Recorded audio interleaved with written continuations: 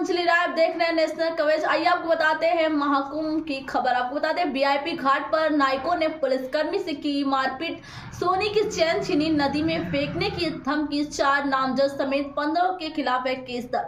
बता दें प्रयागराज के महाकुंभ क्षेत्र में वीआईपी घाट पर एक गंभीर घटना सामने आई है। यहां तैनात पुलिसकर्मी के साथ प्राइवेट नायकों में मारपीट की और उनकी कीमती सोने की चैन छीन ली।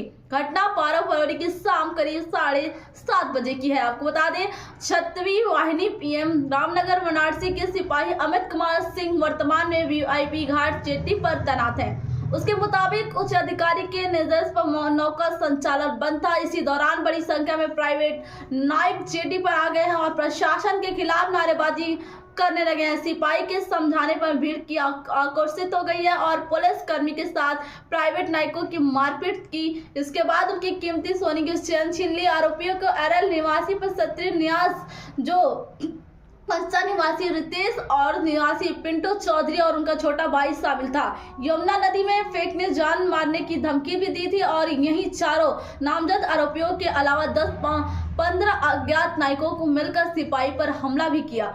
इस दौरान उनके गले से 26,690 ग्राम 22 कैरेट की सोने की चैन छीन ली गई, जिसे उसे यमुना नदी में फेंककर जान से मारने की धमकी दी गई। प्रशासन के खिलाफ गली गलौज भी और नारेबाजी भी करने लगे। और वहीं सिपाही अमित कुमार सिंह ने बताया कि 11 फरवरी को शाम लगभग 7 बजे जो वीआईपी घाट में हाईकोर्ट जेटी के ड्यूटी पर था, उच्च अधिकारियों के आदेश से नाव का संचालन बंद था। अचानक भारी संख्या में प्राइवेट बंद था और वहीं जो कि नाविक अचानक वीआईपी घाट पर जेटी के बगल में नाव संचालन करते थे, जो भारी संख्या में नाविक जेटी पर आ गए। पुलिस प्रशासन के खिलाफ गली गलौज भी, नारेबाजी भी करने लगे। नायकों ने मिलकर उनके ऊपर हमला बोला। वहीं हम लोगों को समझाकर सुरक्षा की दृष्टिकोण जेटी को खाली करने के लिए उन्होंने भीड़ को वृक्ष से उन्होंने नायक सत्र निषाद पुत्र राधे निवासी औरैल प्रयागराज, रितेश पुत्र अज्ञात जो उसका छोटा भाई निवासी अरैल प्रयागराज और अज्ञात 10-15 नायकों ने मिलकर उनके ऊपर हमला बोल दिया। सोने की चैन भी छीनी, लेकिन साथ में मारपीट भी की और गाली गलौज, जैसे कि पड़ी सोने की चैन के वजन में 26 ग्राम 59 जो कि 22 कैरेट की छीन ली थी, जिस किसी तरह से उनके पास ड्यूटी में नियुक्त पुलिस अधिकारी के द्वारा बीच बचाव में मेरी जान जो कि बच गई। और वहीं उन्होंने कहा कि मुझे गंभीर चोटें भी आई है। और वहां थाना प्रभारी देवेंद्र कुमार शर्मा ने बताया कि सिपाही का शिकायत पर केस नंबर 19-101-125 दर्ज किया गया है। आरोपियों के खिलाफ विभिन्न धाराएं में मुकदमा दर्ज कर लिया गया है। पुलिस सबूतों के आधार पर आगे की कानूनी कार्रवाई करेगी।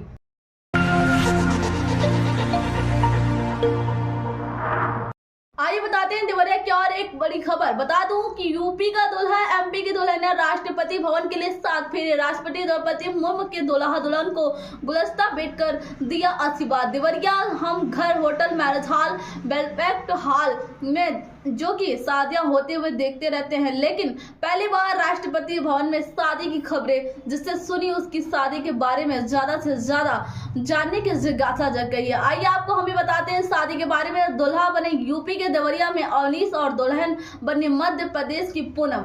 बुधवार की शाम राष्ट्रपति भवन में 7 फेरे लिए। राष्ट्रपति की पीएसओ पूनम और असिस्टेंट कमांडर अवनीश तिवारी की शादी धूमधाम से हुई। शादी समारोह में पहुंची राष्ट्रपति द्रौपदी मुर्मू ने दूल्हा दुल्हन को गुलदस्ता देकर भेंट आशीर्वाद दिया। बता दूं आपको यह पहला आशीर्वाद जो कि यह मौका था जो कि राष्ट्रपति भवन में किसी अफसर की शादी की शहनाई गूंजी थी। इसी वजह से शादी को ऐतिहासिक भी कहा जा रहा है। देवरिया की भटनी में रहने वाले पंडित राजेश ने जो शादी को संपन्न करवाया।